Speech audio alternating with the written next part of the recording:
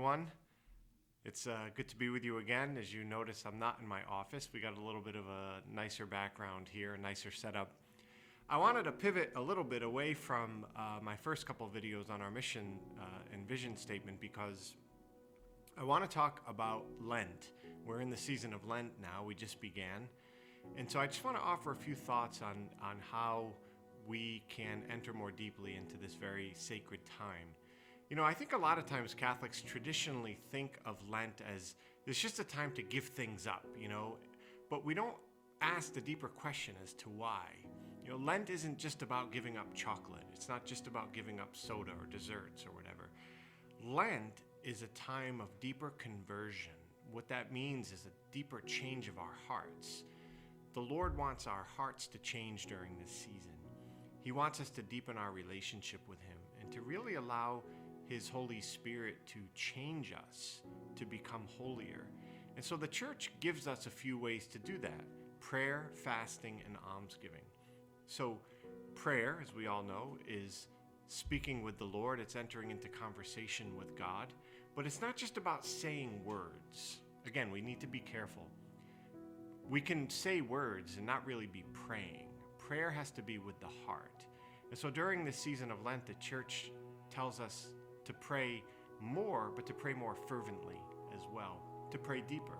So I want to encourage you, for example, take time every day, maybe 5 or 10 minutes, to enter into silent conversation with Jesus. Read the Gospels. Read a little bit of one of the Gospels every day and use that as an opportunity for you to enter into conversation with Jesus. So prayer is meant to change our hearts, okay? That's the most important part about prayer. It's entering into relationship with Jesus, but it's about Him changing our hearts. And then the Church encourages us to fast. Okay, that's when we give up things, right? Again, dessert, soda, whatever you're giving up.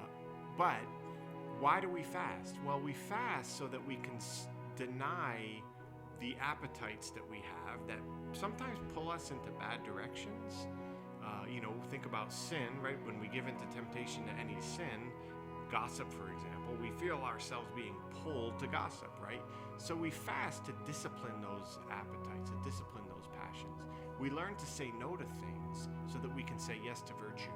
The ultimate point of fasting is saying no to sin and yes to holiness, yes to virtue. So whatever you choose to give up, I'm sure you have, make sure that you are allowing yourself to be aware of the fact that you're saying no to these things so you can say yes to being more virtuous. It doesn't matter if you give up chocolate but keep gossiping, right? It doesn't matter if you give up desserts but you keep getting angry in traffic, for example, right?